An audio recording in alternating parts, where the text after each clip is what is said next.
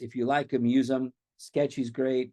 I personally, my routine is this. I open up AMBOSS and I type in antibiotics. They give me a list of 55 questions. I open up my first aid and I attack one by one. I need to know two things: MOA, adverse effects. That's it. Don't worry about knowing what drugs are given to what condition for now. If you're trying to get this the right way, I would suggest strongly to first of all figure out how to categorize them. Like I do this a lot with my QBank videos and also live when I have farm. For example, anti-diabetics. You guys should all be masters that. If you're with me for a while, because I have to slow down.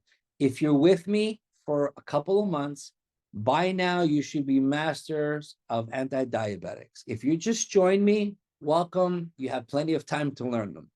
But the way I attack them, the way I have attacked them live, and I attack them in the QBank video library is the way I would do them right now. There's certain categories, right?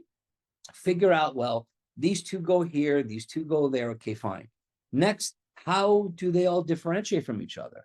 Next, what is the crazy adverse effect that happens in metformin versus a zone drug versus the insulin secretion drugs?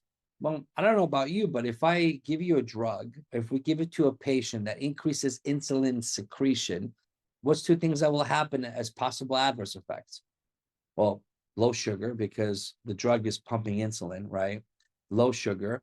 And then the other option is weight gain. So this is the whole point that I'm trying to emphasize. Whether I do this live, guys, all of you should be watching the QBank videos, because this is what I do. These live sessions are just showing you how I do it live, answer questions live, because I'm here. I'm a live individual. I'm not AI or generated, but the QBank videos are there for you to help you read the scenarios, show you how I would attack them, because I know you all could study. You all can sit down and read. The problem is, can you retain the info?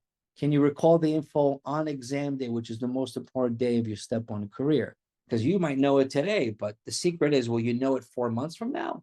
Maybe not, right? So when I talk about some things, I hope you realize I worked with, I trained under Golgin, Conrad Fisher. I was their student in their classes. So I take certain things from both of them, because when I'm a kind of person that I can't just watch a PowerPoint. I can't just sit here and watch somebody lecture. I need to be interacting with them or listening to their stories or be able to connect with them somehow. So when I talk to you guys and I repeat things many, many times, is because I am very well aware that this is a long journey for most of you. It's not easy. And it's not like we're in a classroom where we all can see each other. It's more like we're all at home, at school, at work, and we're here as a team. So it can be lonely at times. And I hope you realize I'm always available for you, because I want to make sure that you guys at least get over this hump, and then it becomes a lot easier later. Yeah, cool. All right, a couple questions came in, so we'll definitely answer them. Dr. Abraham, what would be the top 3 areas one needs to focus in terms of priority if you have about 3 months left to the exam?